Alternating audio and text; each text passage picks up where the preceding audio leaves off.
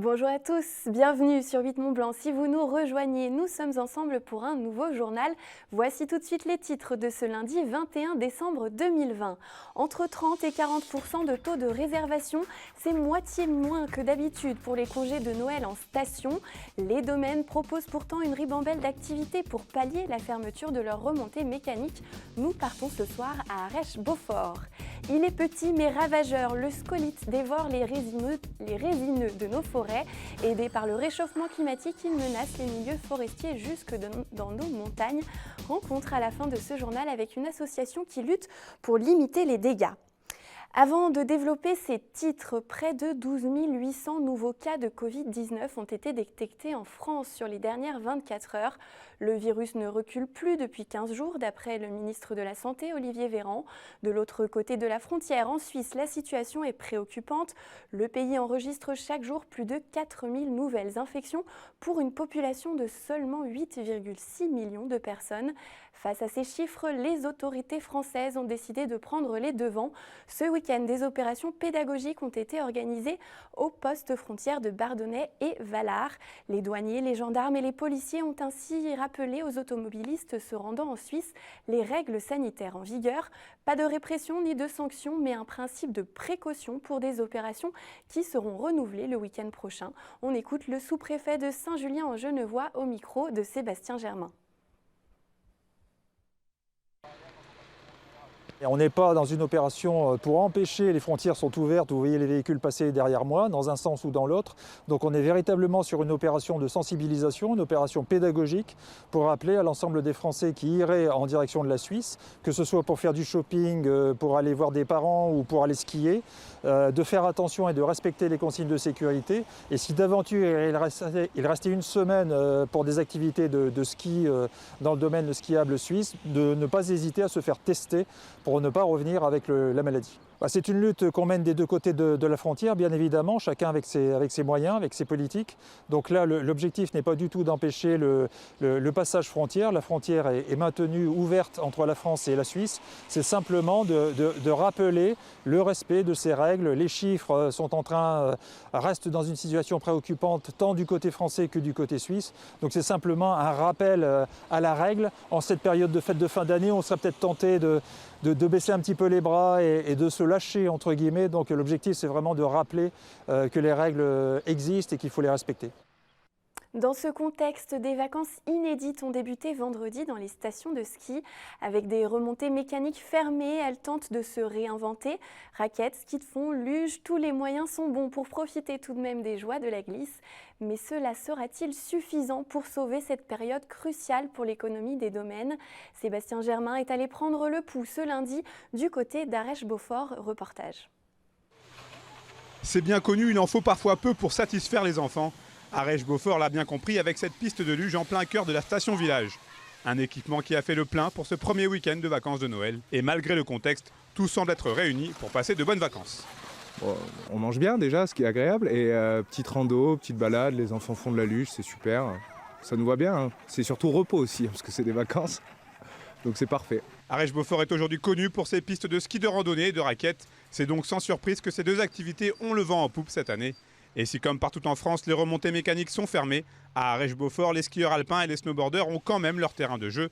Et c'est au Plané que cela se passe. Si les futurs talents du ski club révisent leur gamme, les débutants peuvent apprendre les rudiments de la discipline à l'espace Fripon. De quoi redonner un peu de baume au cœur aux professionnels. C'est vrai que ça fait toujours plaisir. En plus, les gens sont contents de venir ici. C'est vrai que l'ambiance de la montagne, même dans ces conditions, ça fait toujours du bien de se ressourcer et de voir d'autres paysages. C'est beaucoup moins bondé que les semaines, surtout le Noël dernier qui était vraiment important. Là, ce Noël-ci, effectivement, les gens sont un peu plus frileux. Même si ces vacances de Noël ne pourront pas rattraper une année 2020 très difficile, la station du Beaufortin essaie de rester optimiste, car au final, très peu d'annulations ont été relevées. On a un peu de tout, on a des propriétaires qui sont là et puis qui vont arriver parce que c'est une période à laquelle ils viennent généralement, les vacances de Noël et de jour d'an. Et puis on a aussi des vacanciers qui viennent, alors beaucoup de courts séjours cette année, des gens qui ont réservé tardivement, dès qu'ils ont su qu'ils pouvaient se déplacer, et sur du court séjour du 2, 3, 4 jours. En termes de remplissage et en termes de chiffre d'affaires, ça va être très en dessous de ce qu'on fait d'habitude, mais voilà, on va maintenir quand même de l'activité, les commerces jouent le jeu aussi, donc les prestataires jouent le jeu, les commerces jouent le jeu. Il y aura une perte d'activité, c'est clair, qui va être importante, mais on essaie de faire le maximum. Avec une perte estimée à 80% de son activité économique à cette période, Arèche-Beaufort s'attend à vivre une période compliquée. Quoi qu'il en soit, Tout sera prêt le 7 janvier, au cas où.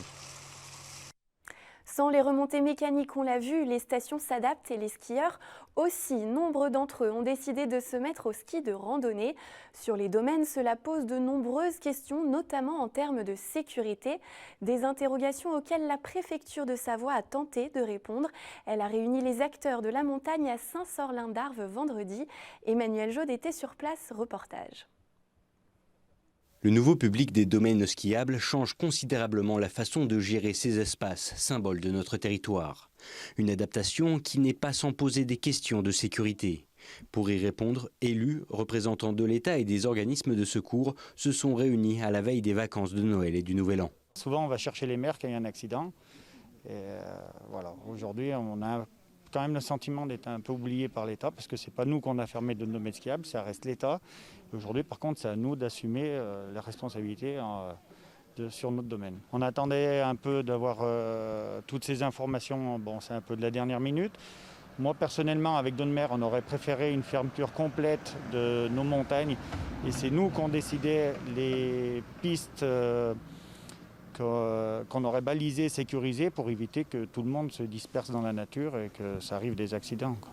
À l'heure où l'enveloppe de soutien promise par l'État aux stations n'est pas encore palpable, difficile d'imaginer les sociétés d'exploitation employer des dizaines de pisteurs secouristes afin de couvrir toute la montagne. Ces derniers se référeront donc en un premier temps au service de l'État. On a tous la volonté de secourir des gens si tant est qu'on ait des difficultés. Donc on met les municipalités et les maires en première ligne.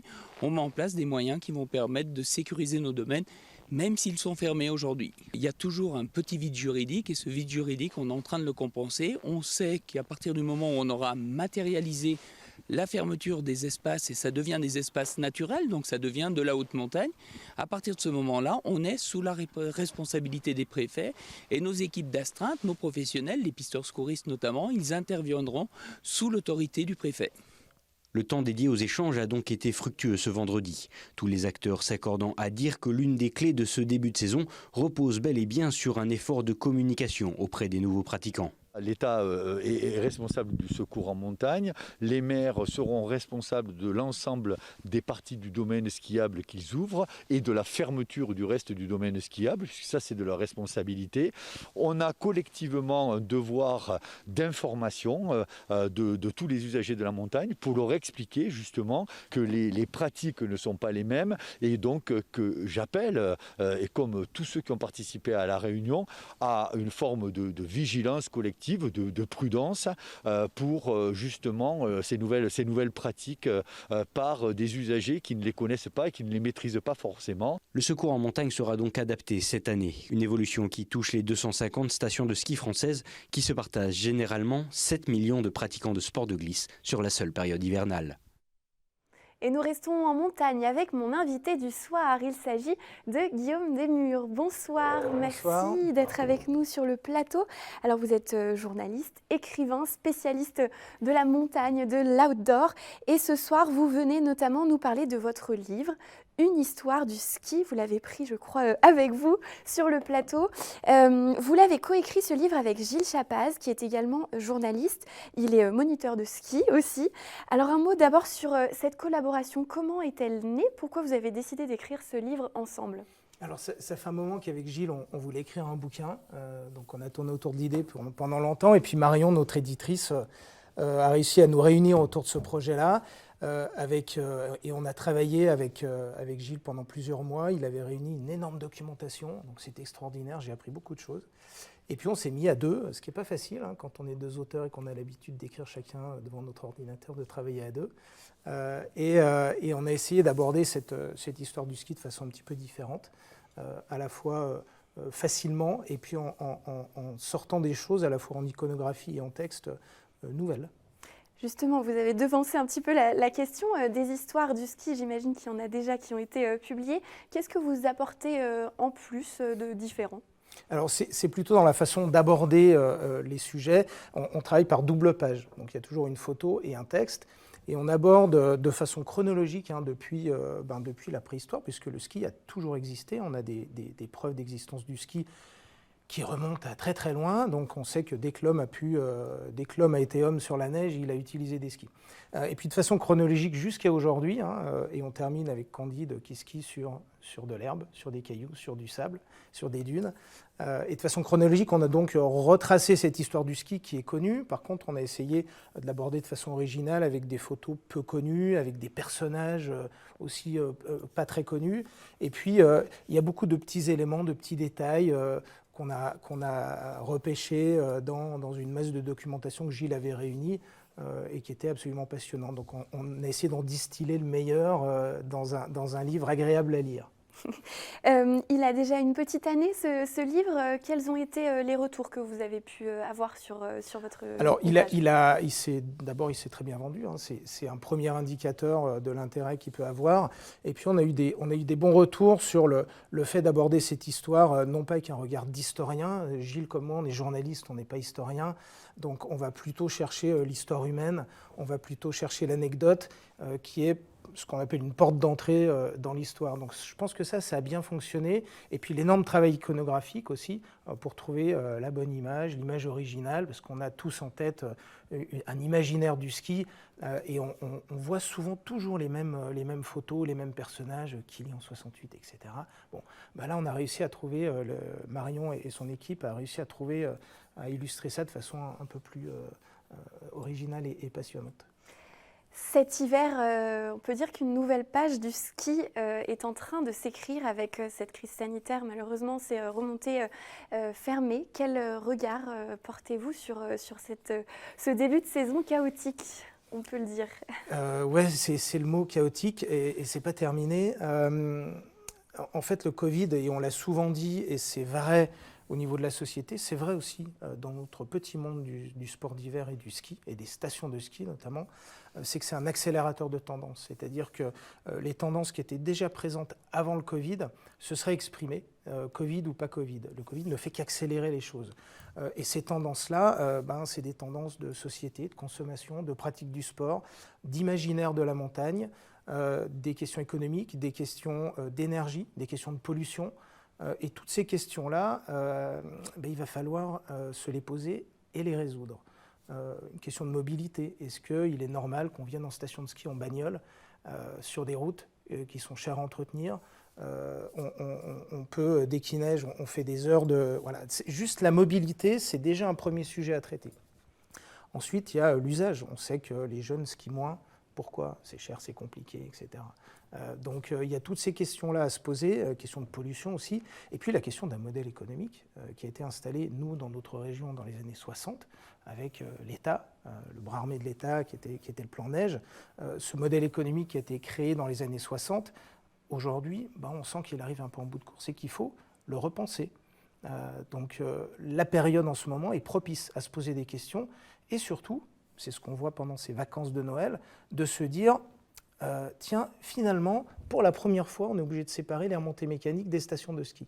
Une station de ski ouvre en même temps que les remontées mécaniques.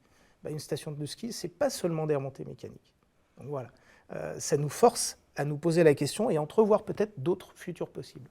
Vous pensez que ça va s'installer dans le temps, ce changement pour les stations, ou est-ce que c'est vraiment temporaire, là, une réponse ponctuelle à une crise? Oui, bien sûr que ça va s'installer dans le temps. Il y a d'abord la réponse ponctuelle, parce qu'il y a des milliers de gens qui sont dans l'expectative, qui n'ont pas de boulot, qui ne peuvent pas travailler. Donc il faut trouver des solutions temporaires à ça. Mais surtout dans le long terme, on va peut-être revenir à la normale au mois de janvier, et on l'espère, et bien évidemment, et qu'on aura des vacances de février et que ce business va pouvoir fonctionner de nouveau. Mais les questions qu'on se sera posées, ce qu'on aura vécu pendant ces vacances et pendant cette période-là, elles vont avoir un impact. Et j'espère qu'elles vont accélérer la transition et qu'elles vont accélérer la prise de conscience qu'il faut réfléchir à quel sera l'avenir des stations de ski. On sait très bien qu'en 2050, ça va être très compliqué de skier. Donc on a 20, 30 ans maximum pour se retourner. C'est-à-dire qu'il faut commencer à réfléchir tout de suite.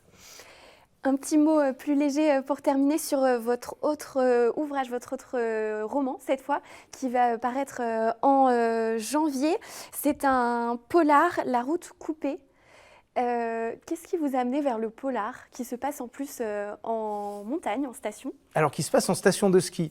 Le premier tome est sorti l'année dernière, donc on retrouve la revanche des hauteurs, qui est disponible en ce moment. Et dans La Route coupée, qui sera la suite, on retrouve les mêmes personnages au même endroit. C'est une station de ski fictive des années 60, ces stations qu'on connaît bien, la Plagne, les Menuires, ces grandes stations qui sont très françaises. Et l'idée, parce que j'ai grandi moi dans une station comme ça, l'idée c'était de raconter cette vision de l'intérieur de ces lieux complètement incroyables qui sont quand même des mini-villes installées à 2000 mètres d'altitude, là où il n'y avait que des prés avant, que des champs, des alpages. Et ces lieux ont un pouvoir et une puissance narrative qui sont extraordinaires. Donc moi, en tant qu'écrivain, c'était évident d'installer une histoire là-dedans. Et le polar, bien évidemment, c'est un polar caustique, rigolo, où je mets en scène tous ces gens qui travaillent dans ces stations de ski.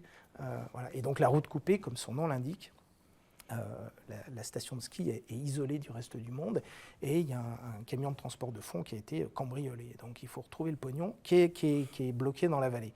Voilà. Et tous nos personnages et nos personnages secondaires vont enquêter. Si on veut s'évader un petit peu au mois de janvier, en tout cas, on pourra lire votre livre. Exactement. Merci beaucoup, Guillaume Desmurs, d'être venu nous voir sur le plateau de 8 Mont-Blanc et à bientôt. Merci beaucoup.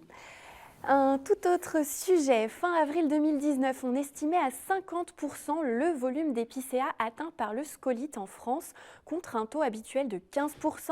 L'insecte grignote petit à petit les résineux de nos forêts.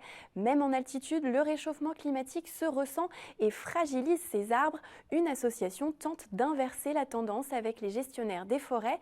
Fanette de Buisson et François Pirot se sont rendus dans les Bauges où avance sans bruit ce terrible mal. Reportage. C'est une tempête silencieuse qui progresse sans bruit mais chaque jour davantage. Une tempête qui grignote petit à petit les épicéas des massifs alpins.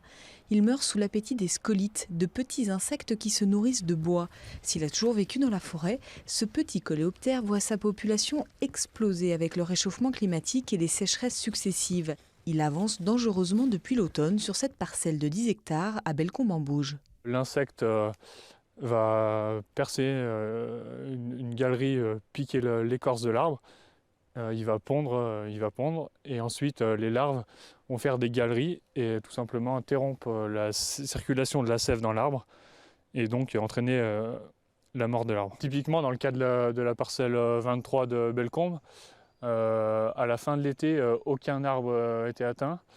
C'est lors d'une tournée, en fait, d'une préparation de martelage, que je me suis rendu compte que les arbres étaient en train de tourner. Donc c'est quelque chose qui est très très rapide. Née il y a 5 ans, l'association Civalc travaille avec les collectivités et regroupements de propriétaires pour apprendre à gérer ces forêts fragilisées.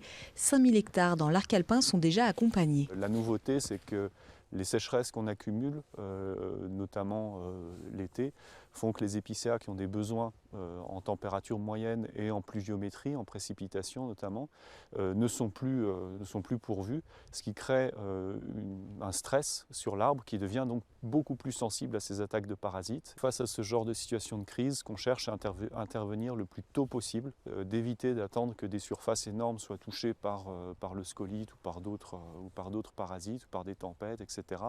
D'intervenir dès les premiers signes de dépérissement pour à la fois, on va dire, sortir les bois qui seraient morts, en garder un peu sur les parcelles pour des questions de biodiversité, puisque un arbre mort, c'est un support idéal pour les pics, pour toute une série d'oiseaux et de mammifères. Et donc ce qu'on va faire, c'est chercher à activer la capacité de régénération naturelle de la forêt, donc avec des actions qui vont plutôt être orientées sur amener de la lumière au sol de manière diffuse, éviter d'avoir des actions qui feraient une mise en lumière beaucoup trop brutale ou de la circulation d'engins forestiers qui viendraient perturber les sols forestiers, une régénération de hêtres, de sapins, d'érables sans doute, etc. Pour cela, l'association a lancé le programme J'aime ma forêt, un programme de financement participatif dans les Bauges, la Chartreuse et le massif du Mont-Blanc. Aucun n'échappe au phénomène. Il reste 5 jours pour contribuer à freiner cette tempête qui souffle sur les forêts savoyardes. Un mot de ski pour terminer ce journal. Alexis Pinturo a remporté ce dimanche le slalom géant d'Alta Badia en Italie. Il a devancé de 7 centièmes seulement le jeune norvégien Atli McGrath. Le Suisse Justin Murisier a terminé 3e à 24 centièmes. Grâce à cette victoire, Alexis Pinturo a repris la tête du classement général. Le skieur de Courchevel a terminé 11e du slalom ce lundi après-midi. Le meilleur français Victor Muffat-Gendray de Val d'Isère termine 5e. La course a été remportée par le Suisse Ramon Zernazern. Les Bleus ont aussi brillé en ski cross ce week-end à Val Thorens avec une victoire pour François Place, une belle performance pour Jonathan Midol du Grand Bornand qui a remporté la première manche de l'étape dimanche. Enfin, Jade Grillet-Aubert, jeune skieuse de Châtel, a décroché son premier podium en Coupe du Monde. Ainsi se termine ce journal. Merci de l'avoir suivi. Merci à toute l'équipe pour sa préparation. Tout de suite, vous retrouvez la météo de Thierry Paulme. Vous retrouvez ensuite à 18 h en direct sur notre antenne et notre page Facebook le conseil municipal de la ville de Thonon-les-Bains qui présentera son budget 2021. Exceptionnellement, pas de panorama. Ce soir, vous retrouverez un nouveau panorama consacré cette semaine à la SPA de Savoie dès demain sur notre antenne et sur nos réseaux sociaux. Je vous souhaite une très belle soirée sur notre antenne et sur nos réseaux. À très vite.